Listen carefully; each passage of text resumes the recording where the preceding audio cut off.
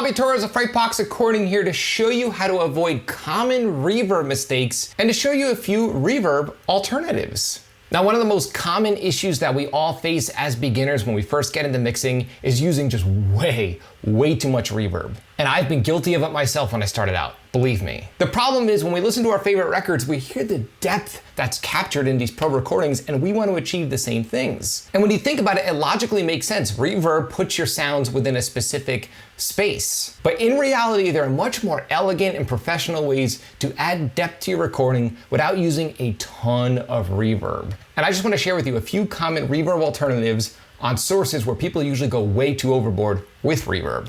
And this brings me to number one, lead vocals. Now, more often than not, when people send me their sessions to mix, if I'm hired to mix, is I see a ton of reverb happening on the lead vocal. A lot of times people think that it helps their vocal fit in the mix better and they think that that's what the pros are doing. In reality, they're really not doing that all too much. I'm not saying pros don't use reverb on vocals, but more often than not, they're not using as much as you'd think. And the technique I'm gonna share with you right now is super simple. So I'm gonna play a sample by my good friends in a band called Mainline. I will leave a link to their music right below in the video's description, where I'm using a reverb alternative on the lead vocal, and I'll explain to you exactly what I'm doing to achieve the tone that you hear in this mix. Let's check it out.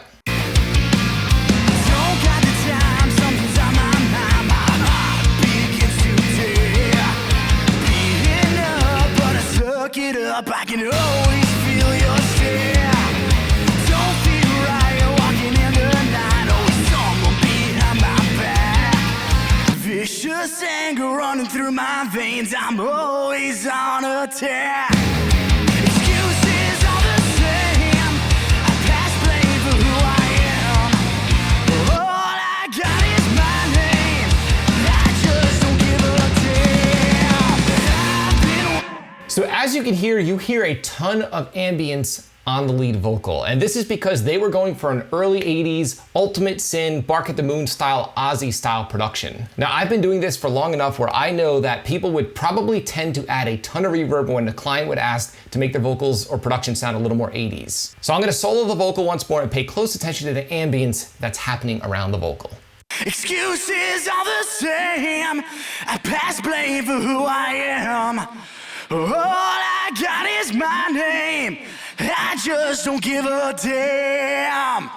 You might think that's reverb. It is not. What I'm using is a basic delay plugin set to a slap setting. So here's my lead vocal track and I have a send called slap. I'm sending my vocals at 0 dB to that slap send, and my slap return is happening right here on this auxiliary track where I have a basic delay plugin. I'm just using the stock delay plugin within Pro Tools. And the way I have it set up is I have a simple 180 millisecond delay on the left side and a 220 millisecond delay on the right side. So in other words, my vocal is being delayed by a slight amount on the left side and it's being delayed on the right side by a little longer.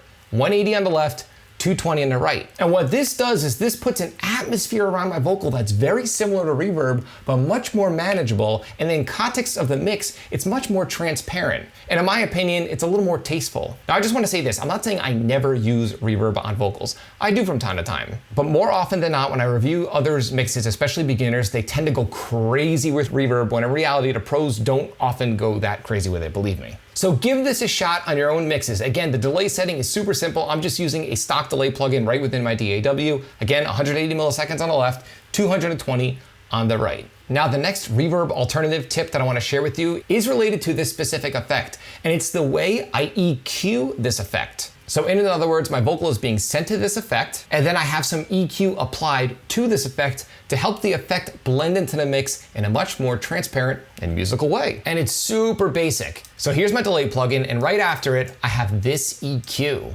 Now, if you notice here, I have a low pass filter that's rolling off everything above 4K. What I'm gonna do is I'm gonna play the vocal back once more and I'm gonna intermittently bypass this filter, and I want you to pay close attention to the sound of the effect itself. Check this out. Excuses are the same. I pass blame for who I am. All I got is my name. I just don't give a damn. So as you could probably tell, when the low pass filter is engaged, it really warms up the sound of the delay. And also this will help the delay sit in the mix a lot better. You won't hear extra sibilances bouncing around in the background of the mix. This can also be applied to reverbs. If you're using a reverb on your vocal and you feel like it's sticking out too much and just sounds extra amateurish, roll off the top end. There's no magical frequency, just experiment with rolling off the top end to help warm up the reverb and make it sound a little more natural and just help it fit in the mix a little better. Now, on the topic of roll-offs and low pass filters, that's another alternative to reverb, believe it or not. Now, when you think of reverb, you probably wouldn't think that a low pass filter would be some sort of alternative to reverb itself, but it is. Think about it, when we use reverb, often we want to set an instrument back in a mix. And I want to show you in a real world context how I use a low pass filter to help take the place of reverb. So let's fast forward to the guitar solo in this song and take a close look at what's happening as far as processing is concerned. Let's check it out.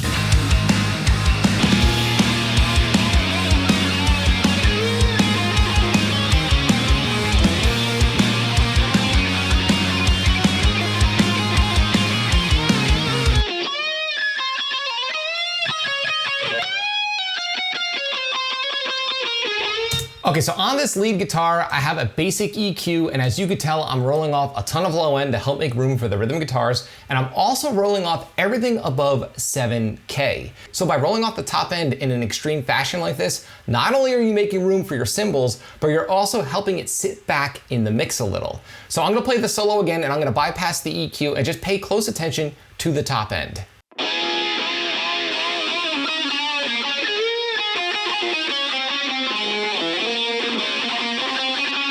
So as you could probably tell, a bunch of that fizz has been reintroduced when I bypassed the filter, and a lot of that is gonna make the solo sound a little more close and a little more present in the mix. By applying this filter, it sets the solo back in the mix a little without using reverb. And also on the guitar solo, I'm using a very simple slap delay, very similar to what I'm using on my actual vocal. So here are my guitar effects, guitar slap. Yeah, very similar. Actually, it's exactly the same. 180 milliseconds on the left, 220 milliseconds on the right. And let's see if I apply that same roll off. I probably did. Yes, and a very similar roll off. I'm rolling off everything above 7K on the effect. Now, I'm already rolling off those frequencies on the track themselves, but that's just here as a precautionary measure in case I send any other guitars without a low pass filter to this effect. And the final reverb alternative that I want to show you here, again, has to do with the guitar solo, and it is a simple timed quarter note delay. So let's hear the guitar solo again.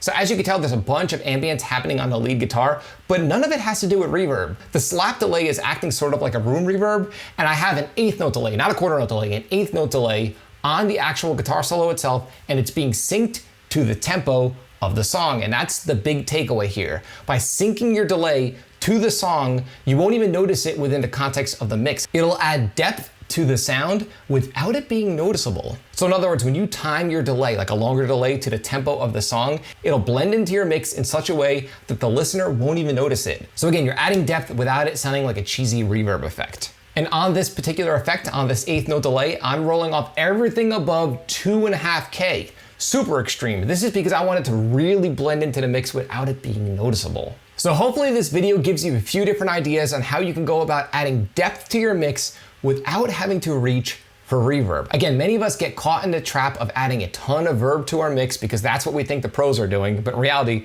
they're really not. Again, I'm not saying reverb is bad, I use it, you just don't have to use it as much as you'd think.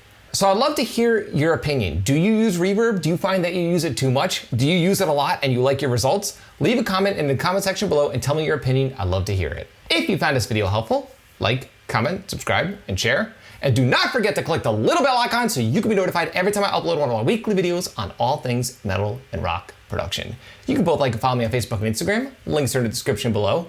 And be sure to download my 5-step guide for better heavy mixes. There's a link to the free guide right below in this video's description. Download the guide and get right to making better sounding music with the gear you have right now. Till next time, happy mixing.